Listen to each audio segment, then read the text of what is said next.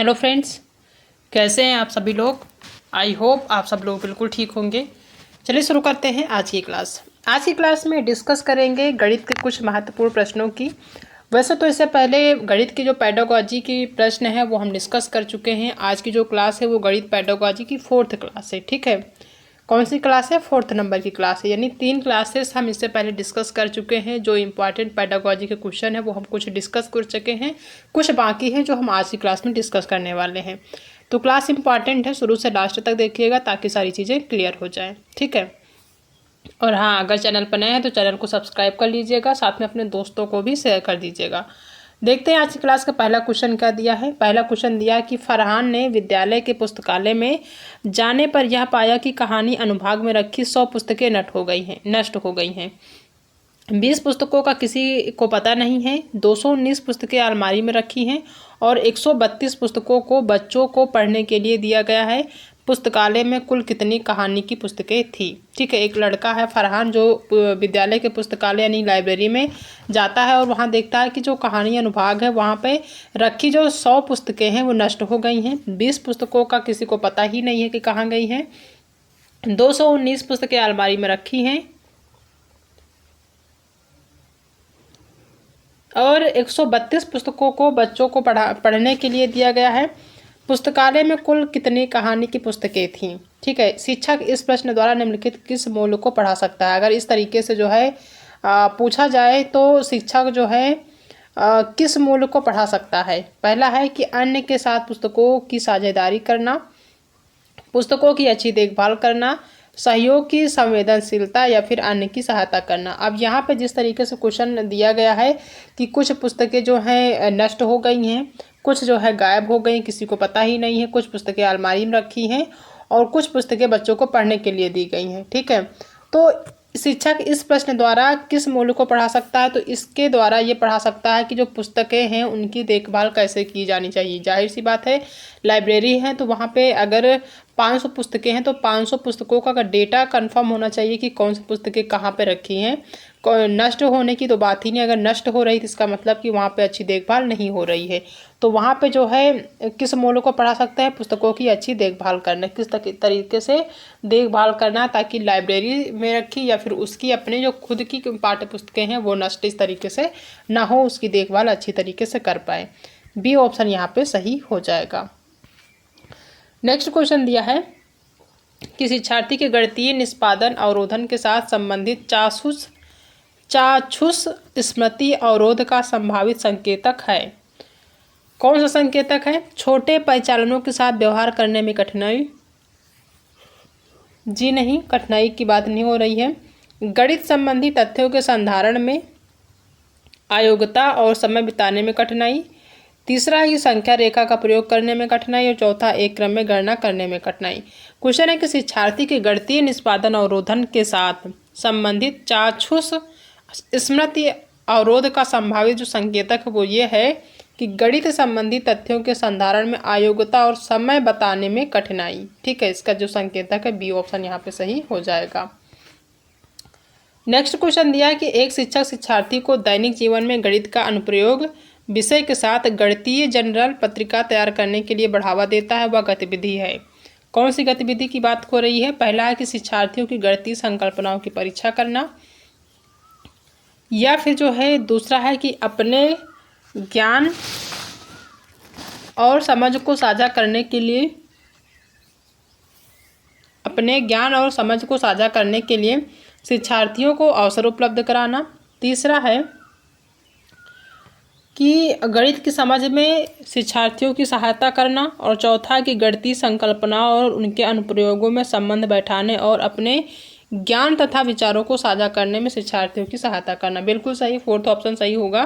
Question कह रहा है कि एक शिक्षक जो है वो शिक्षार्थियों को दैनिक जीवन में गणित का अनुप्रयोग विषय के साथ गणितीय जनरल जो पत्रिका होती है उसको तैयार करने के लिए बढ़ावा देता है। तो वो गतिविधि क्या है, वो एक्टिविटी क्या है कि गणितीय संकल्पनाओं और उनके अनुप्रयोगों में संबंध बैठाने और अपने ज्ञान तथा विचारों को साझा करने में शिक्षार्थियों की क्या करना? सहायता करना। तो डी ऑप्शन यहाँ पे सही हो जाएगा। नेक्स्ट क्वेश्चन दिया है कि गणित में प्रक्रमण संबंधी प्रवाह पूर्णता का अर्थ है नियमों, सूत्रों और कलन विधियों या कलन गणित का ज्ञान होना। परिशुद्धता लचीलेपन एवं निपुणता के साथ उनका क्रियान्वयन करना गणित से लचीलेपन डैश की ओर संकेत करता है। किसकी ओर संकेत करता है ये आपको बताना है। ठीक है, पहला है ऑप्शन की परिशुद्धता के साथ समस्याओं का समाधान करने और सभी चरणों को लिखने की योग्यता।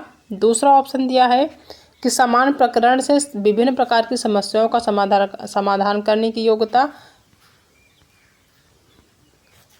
तीसरा दिया है कि समान निपुणता के साथ अंकगणित और ज्यामिति की समस्याओं का समाधान करने की योग्यता। और चौथा है कि एक से अधिक उपगमों का उपयोग करते हुए एक खास प्रकार की समस्या का समाधान करने की योग्यता। बिल्कुल सही, एक ही ऑप्शन नहीं रखना चाहिए बल्कि एक से अधिक ऑप्शन या फिर उपागमों का प्रयोग करते हुए एक खास प्रकार की समस्या का समाधान करने की योग्यता होनी चाहिए। ठीक है, तो उसका डी ऑप्शन यहाँ पे सही हो जाएगा।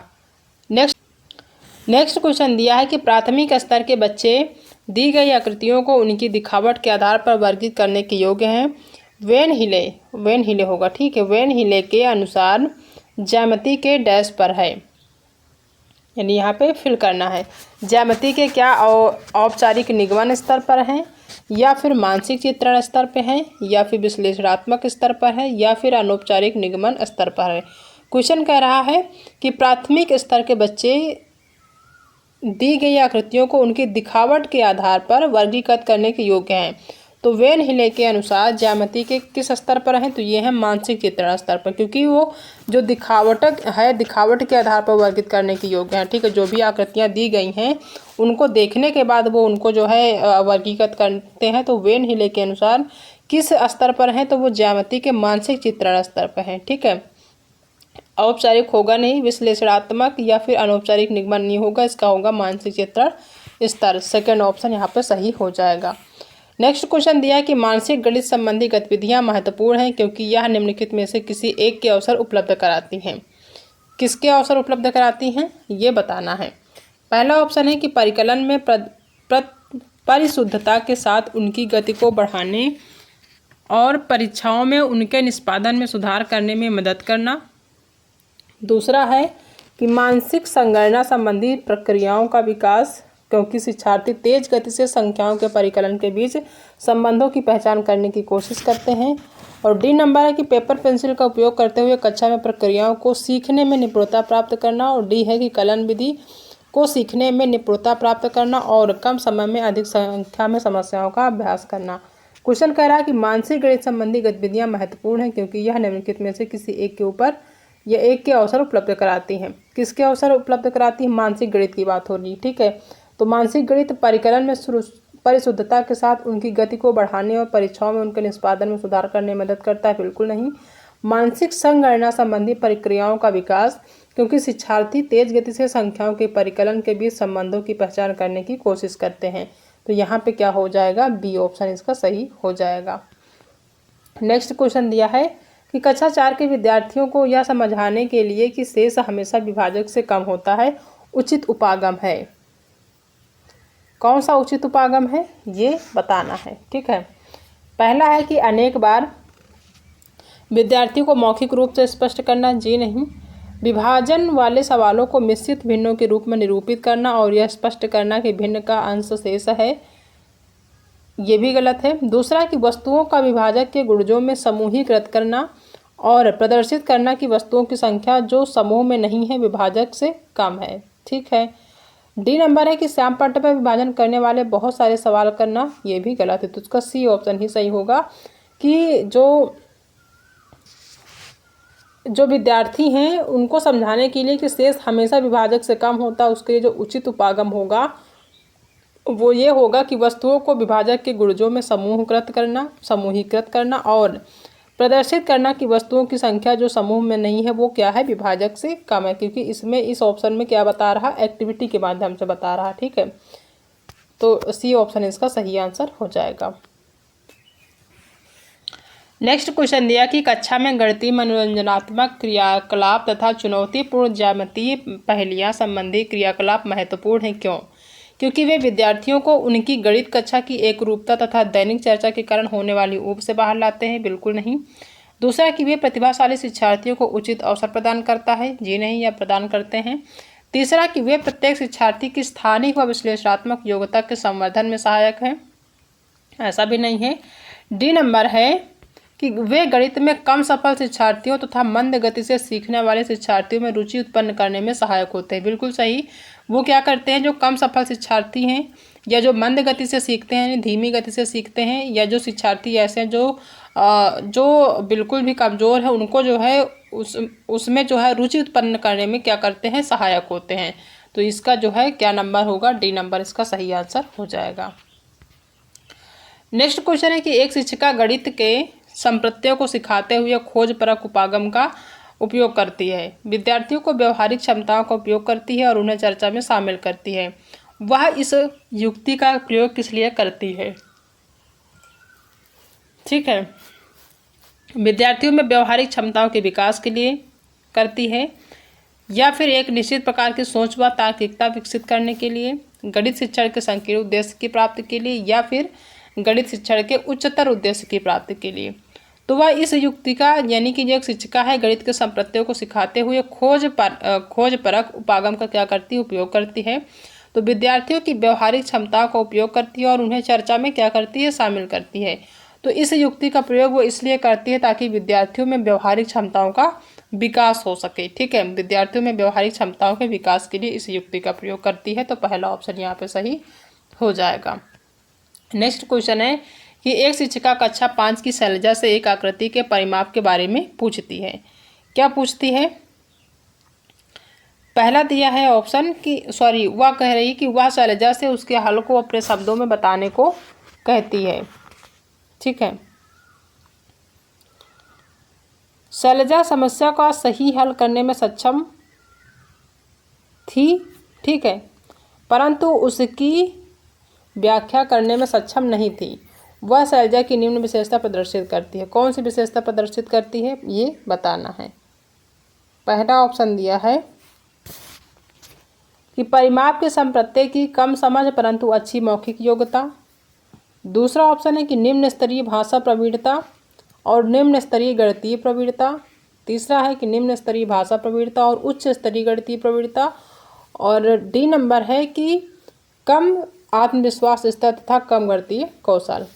तो एक जो शिक्षिका है वो 5 की शैलजा जो लड़की है उससे आकृति के परिमाप के बारे में पूछती है। ठीक है, तो शैलजा जो है वह शैलजा से उसके हल को अपने शब्दों में बताने को भी कहती है। शैलजा समस्या का सही हल करने में सक्षम थी परंतु उसकी व्याख्या करने में सक्षम नहीं थी। तो यह शैलजा की निम्न विशेषता प्रदर्शित करती है। तो यह प्रदर्शित करती है कि निम्न स्तरीय भाषा प्रवीणता और उच्च स्तरीय गणितीय प्रवीणता क्या करती है, उसको जो है प्रदर्शित करती है। निम्न स्तरीय भाषा प्रवीणता को प्रदर्शित करती है और उच्च स्तरीय गणितीय प्रवीणता को क्या करती है, प्रदर्शित करती है। तो सी ऑप्शन यहाँ पे सही हो जाएगा। नेक्स्ट क्वेश्चन है कि एक शिक्षक आकार पढ़ाने के लिए ऐतिहासिक स्थानों के भ्रमण की योजना बना सकता है, क्योंकि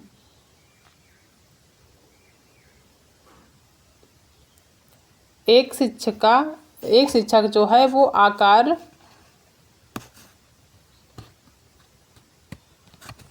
पढ़ाने के लिए ऐतिहासिक स्थानों के भ्रमण की योजना बना सकता है। क्योंकि उसने समय रहते अधिकांश पाठ्यक्रम पूरा कर लिया है इसलिए, और उसे अवकाश उपलब्ध कराने की आवश्यकता है।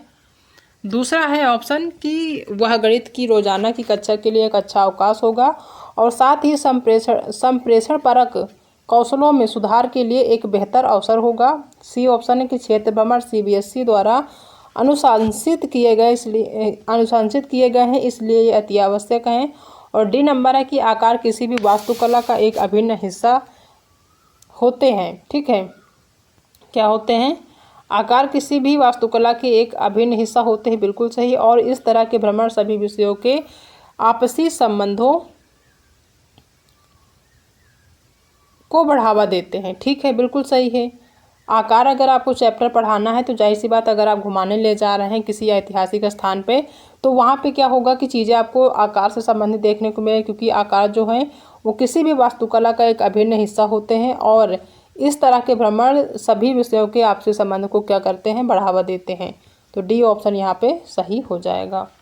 नेक्स्ट क्वेश्चन है कि प्राथमिक स्तर पर 10 ग्राम बिंदु के खेल 10 ग्राम, बिंदु के खेल, प्रतिरूप इत्यादि का प्रयोग विद्यार्थियों की सहायता करते हैं।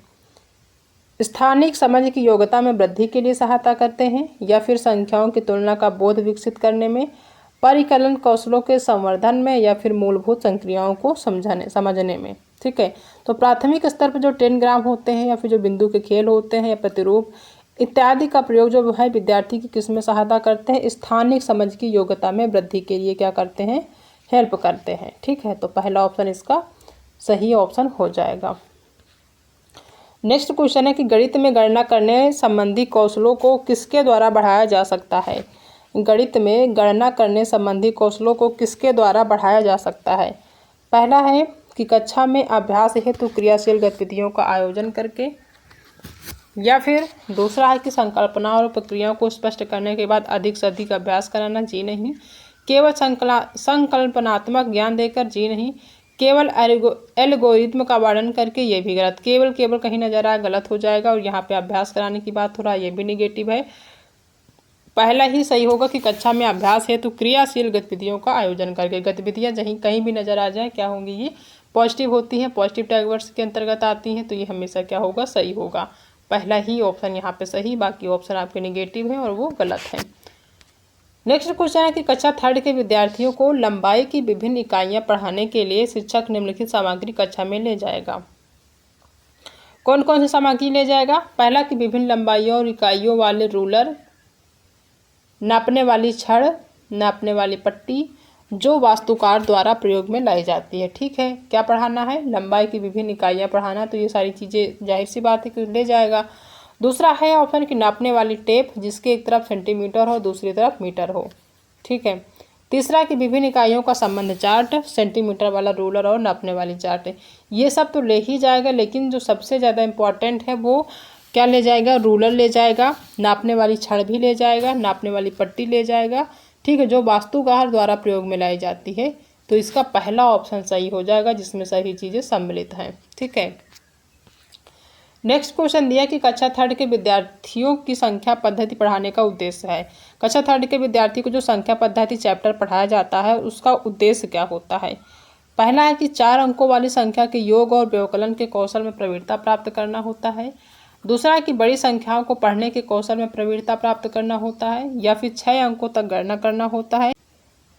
डी नंबर है कि संख्याओं को सैकड़ाइयों और इकाइयों के समूह के रूप में देखना और स्थानीय मानों की सार्थकता को समझना। बिल्कुल सही, डी ऑप्शन यहाँ पे सही हो जाएगा कि संख्या पद्धति अगर पढ़ाता है बच्चा, या जो टीचर है वो संख्या पद्धति पढ़ा रहा है बच्चे को, तो उस इसलिए पढ़ा रहा है, उसका उद्देश्य ये होता है कि बच्चा जो है संख्याओं का जो इकाई दहाई सैकड़े होते हैं उनको जो है समझे कि क्या होते हैं इकाई दहाई सैकड़ा, और जो स्थानीय मान होते हैं उनको समझे कि स्थानीय मान होते क्या हैं। ठीक है, तो डी ऑप्शन यहाँ पे सही हो जाएगा।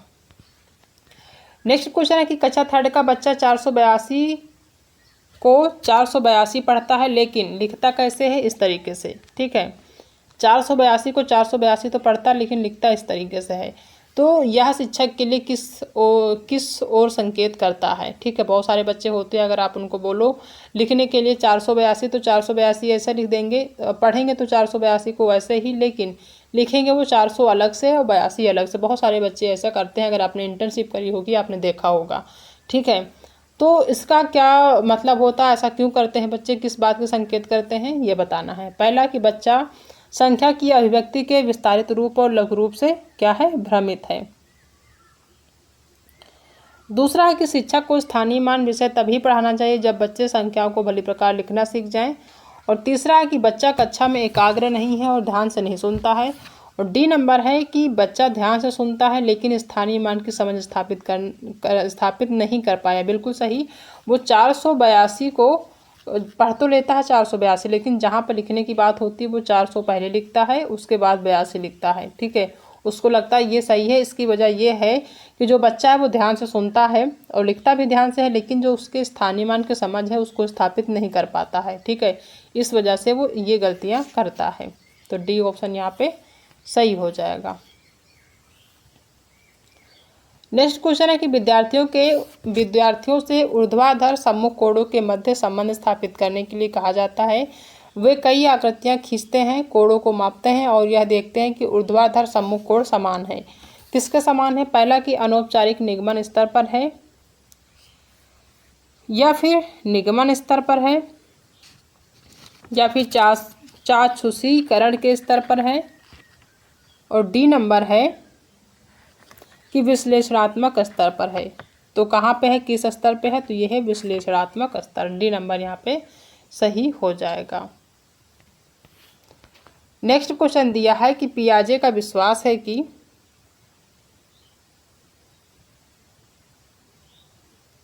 पियाजे का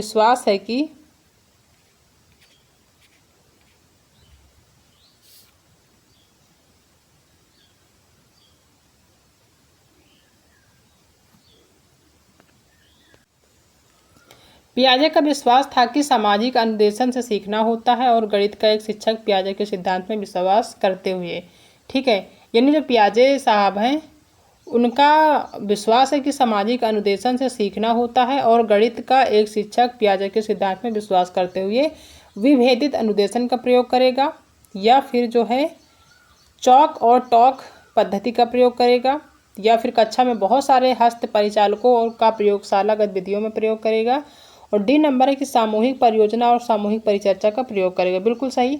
पियाजे का विश्वास था कि सामाजिक अनुदेशन से सीखना होता है, ठीक है, और गणित का एक शिक्षक पियाजे के सिद्धांत में विश्वास करते हुए क्या करेगा? सामूहिक परियोजना और सामूहिक परिचर्चा का प्रयोग करेगा, ठीक है। सामूहिक परियोजना जिसमें सभी बच्चे होंगे और सामूहिक परिचर्चा का प्रयोग करेगा जिसमें सभी बच्चे मिलकर आपस में कन्वर्सेशन करेंगे। तो डी ऑप्शन यहाँ पे सही हो जाएगा।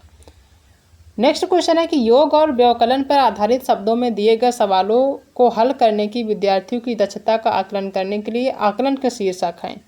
कौन से हैं आकलन के शीर्षक? ये बताना है, ठीक है।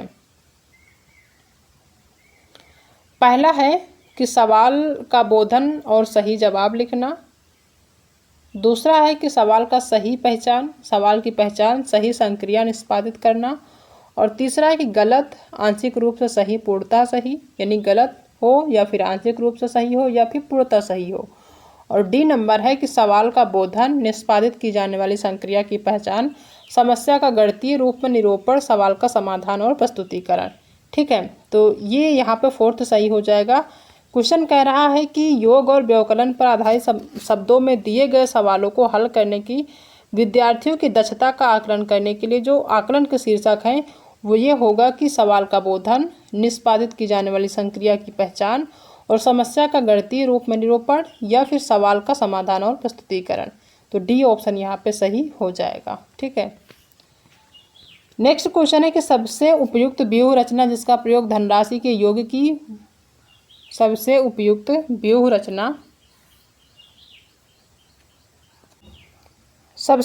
व्यूह रचना जिसका प्रयोग धनराशि के योग की कुशलता का आत्मसात करने के लिए किया जा सकता है, ठीक है। यहाँ पे डैश बताना है, क्या वो भूमिका निर्वाह यानी कि रोल प्ले के द्वारा किया जा सकता है, या बहुत सारे सवाल हल करना? बिल्कुल नहीं। सूचना और संप्रेषण तकनीकी यानी कि ICT का प्रयोग करना, या फिर प्रतिरूपों का प्रयोग करना। तो सबसे उपयुक्त जो व्यूह रचना है जिसका प्रयोग धनराशि के योग की कुशलता का आत्मसात करने के लिए किया जाता है वो क्या होगा? वो होगा भूमिका निर्वाह यानी कि रोल प्ले, ठीक है। तो इसका फर्स्ट ऑप्शन यहाँ पे सही हो जाएगा, ठीक है। तो ये 20 क्वेश्चन हमने आज की क्लास में डिस्कस किए हैं जो कि आपके मैथ पेडागोजी यानी कि गणित पेडागोजी से संबंधित है। आई होप कि चीज़ें समझ में आ रही होंगी। बहुत ज़्यादा डिफ़िकल्ट क्वेश्चन आपके एग्जाम में देखने को नहीं मिलेंगे, ऐसे ही सेम आपको देखने को मिलेंगे, तो ज़्यादा परेशान होने की ज़रूरत नहीं है। अब अगर आपने 3 से 4 क्लासेज जो हमने कराई है अच्छे से कर लिया होगा तो इतने में आप जो है आपका 15 नंबर अच्छे से आराम से मिल जाएगा, ठीक है। एक आपके एग्ज़ाम होने से पहले एक क्लास और आएगी जिसमें हम डिस्कस करेंगे कि जो आपका मैथ पेडागोजी है उनको आप ट्रिक के माध्यम से कैसे डिस्कस कर सकते हैं, कैसे समझ सकते हैं, ठीक है। मान लीजिए आपने मैथ पेडागोजी की एक भी क्लास नहीं ली है, आपको नहीं पता कि कैसे मैथ पेडागोजी सॉल्व करना है, तो हम एक छोटी सी ट्रिक बताएंगे, उसके माध्यम से अगर आप थोड़ा सा ध्यान देंगे तो 15 में 15 नंबर आप ला सकते हैं, ठीक है। 15 में 15 नंबर आप बहुत ही आसानी से ला पाएंगे अगर उस छोटी सी ट्रिक को ध्यान देंगे।